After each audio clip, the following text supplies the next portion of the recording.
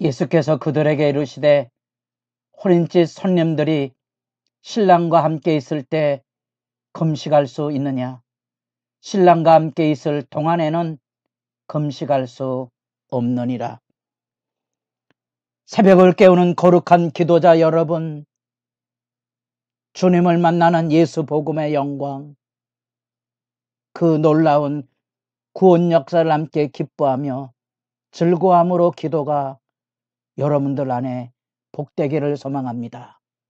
오늘 우리가 읽어갈 하나님의 말씀은 마가복음 2장 13절에서 28절까지의 말씀으로서 우리는 예수님께서 이 땅에 오셔서 하시는 구원 역사, 하늘이 열려지고 하나님의 음성과 성령의 비둘기같이 임하는 그 구원의 실제, 이 땅에 죄와 사망이 지배하는, 어둠이 지배하는 이 땅 안에 빛으로 하나님의 세계가 열려지는 영광을 나타내 보이시는 예수님께서 중풍병자를 고치시고 손 마른 자를 치유하시며 또 놀랍게 이 논쟁 단락안에 세리와 죄인들의 식사 자리에 예수님께서 앉아 계심을 보고 예수님은 부정하다고 여기고 세리와 죄인의 친구라고 매도하는 그 자리에 예수님께서 왜 앉아 계셨을까요? 그래서 이 중간 단락에 중요한 메시지가 필요합니다. 바리새인들뿐 아니라 요한의 제자들도, 세례 요한의 제자들도 왜 금식하지 않느냐 말씀하셨을 때 예수님께서 천국 구원잔치를 표현하고 있는 혼인잔치를 얘기합니다. 유대인들은 이 메시지의 개념이 뭔지 압니다. 여러분들이 계시록에도 보면 천국을 표현하는 말이 뭔지요? 결혼식 축하연과 같은 기쁨의 잔치입니다. 여기 천국에 와 있다는 겁니다. 예수님 그걸 보여주시는 거죠. 그래서 이 문제는 안식일에 미리 싹 잘라먹는 걸 가지고 시비를 걸고 있는 그런 옛 율례, 마치 새 포도주는 새 부대에다 넣어야지 낡은 부대에는 이게 터져버리는 거지요.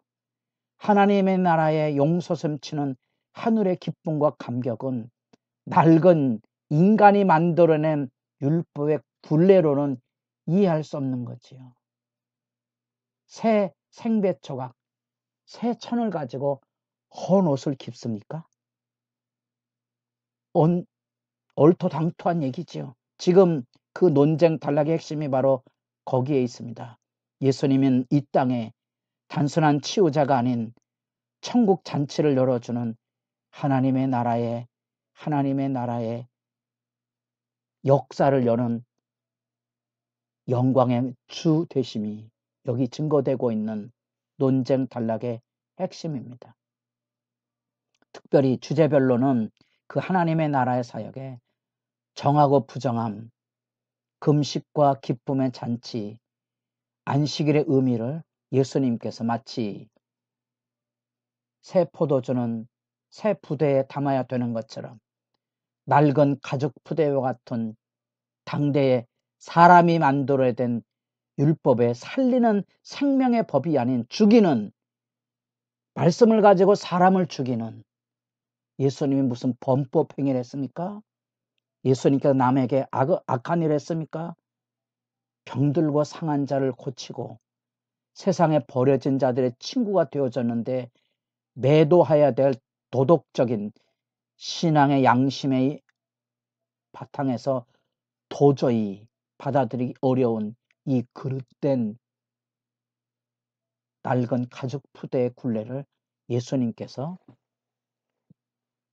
극복하고 해체해버리는 사건을 만나게 되는 겁니다. 여러분 곰곰이 생각하셔야 됩니다. 우리도 이런 낡은 굴레를 가지고 교회당 안에서 씩씩거리고 다투고 싸우고 자기들이 옳다는 이 어처구니 없는 현실들을 여러분 분별할 수 있어야 됩니다. 우리가 부부간의 갈등 안에 이런 잘못된 선입견들, 그런 규례들을 가지고 서로를 옥죄지 마시고 존중하십시오. 그리고 자유하십시오. 넘어설 수 있습니다. 하나님의 은혜는 그것을 다 넘어서게 합니다. 가끔 우스갯소리로 아내가 치약 쓰고 치약 뚜껑을 제대로 닫지 않는 그런 행동을 함으로써 이혼을 해야 되겠다고 견딜 수 없는 분노에 사로잡힌 젊은 상당 앞 목회자 고백의 이야기를 들을 때 이 이야기가 생각이 납니다. 그렇습니다. 그게 뭔 중요한 일이겠습니까? 그러나 사실은 우리가 작은 것으로 여기는 그런 문제에 우리가 굴레와 멍해를 씌워서 스스로 파멸의 길을 곡집하고 있는 악한 세계의 멍해와 세력이 너무 아프고 힘든 겁니다. 예수님께서 첫 번째 단락에 세리와 죄인들과 하나님의 말씀의 이야기를 나누는 것. 율법은 거룩한데 이놈들에게는 율법을 가르치면 안 된다고 생각하는 거지. 뭔 말인지 아시겠습니까? 정결과 부정을 가지고 자기들은 스스로 의로워서 부정한 저놈들하고는 상종을 하지 않는다는 것으로 우월감을 가지는 겁니다. 그래서 이게 못마땅한 거예요. 예수님께서 제자를 부르실 때 하필 그 사회 당대 안에서 인간 취급을 하지 않는 로마의 압제 아래 탐욕의 대상자로서 민족의 고열을 빨아먹는 기생충과 같은 존재인, 우리로 얘기하면 일제앞잡이 같은 세리에게 예수님께서 같이 먹고 마시는 거지요. 이게 얼마나 분통 터지는 일입니까? 오늘날에도 친일파 논쟁을 하고 그 논쟁을 하는 대상자가 오늘날의 권력 싸움에 뜯어먹기에 참여하고 있다는 사실을 보시면 이런 것들이 얼마나 가증한 일인가를 여러분들이 생각하셔야 됩니다. 동일한 겁니다. 왜 그 논쟁에 참여합니까? 그 악의적인 뜯어먹기를 기억하십니까? 예수님은 오히려 세리와 죄인들과 더불어 천국의 식탁, 구원 역사로 그들을 초대해 드립니다. 그들은 세리와 죄인은 지옥의 떨감처럼 없어지는 이방인과 같은 개 같은 존재로 말했지만 예수님은 그들에게도 복음은 동일하게, 천국은 동일하게 열려지고 그 부름에 따르는 세리를 통하여 지금 가정의 초대를 받아서 천국 잔치를 열고 있다는 겁니다. 우리가 차별과 혐오를 넘어서 진정한 의미의 생명의 존중, 사람 존중의 실천을 여러분 가지고 있어야 됩니다. 이런 낡은 규례를 가지고 분쟁과 다툼을 일삼는 악의 멍해로부터 자유하십시오. 천국의 역사는 놀랍습니다. 예수님 앞에 이 문제를 가지고 금식 논쟁이 들어옵니다. 요한의 제자들까지 압수했습니다. 왜 당신의 제자들은 금식하지 않는가? 종교적인 열심에 대한 얘기를 하고 있는 겁니다. 저는 목회자지만 아프게 그런 얘기를 종종 합니다. 새벽 기도 나오는 분들이 얼마나 신앙에 열심히 있습니까? 얼마나 열심히 있습니까? 그러나 피곤하면 쉬십시오. 해서는 안 될 말이죠. 아니 그래도 힘든데 격려해야지. 왜 그 말 하는지 심정을 좀 헤아릴 수 있기를 바랍니다. 그 말이 뭡니까? 영광을 품고 오라는 겁니다. 자신의 열심이 아닌 하나님의 영광의 부름, 내가 그거 새벽에 가서 부르짖어야 될 분명한 그 이유, 하늘의 기쁨과 영광으로 참여하는 믿음의 실제. 예배요. 여러분, 그저 마지못해 드리는 예배는 드리지 마십시오. 그래야 자기도 회개할 줄 알고 다른 예배를 드리지 못했으면 아파하지요. 우리 너무 이 외양의 굴레 안에 서서 진실치 못한 행동들을 하는데, 하나님의 나라는 이렇게 하늘의 기쁨의 잔치입니다. 금식을 왜 하냐고. 이후에 이제 예수님이 잃어버릴 고난의 시기가 있습니다. 금식해야 될 때가 있습니다. 그러나 우리 그리스도인에게 일상은 천국 잔치입니다. 먹고 마시고 기뻐하고 즐거워하는 겁니다.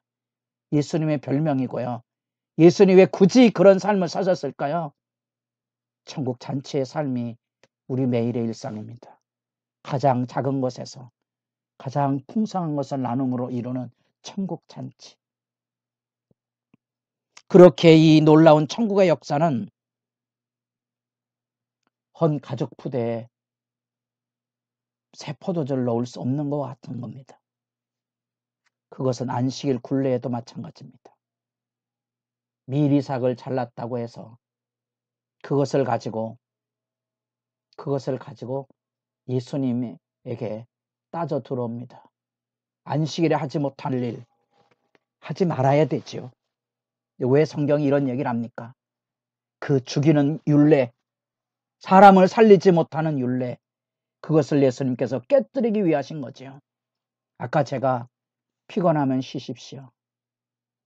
우리의 종교적인 열심이 아닌 하나님의 영의 거룩한 부름, 그것을 늘 점검해 보라는 겁니다.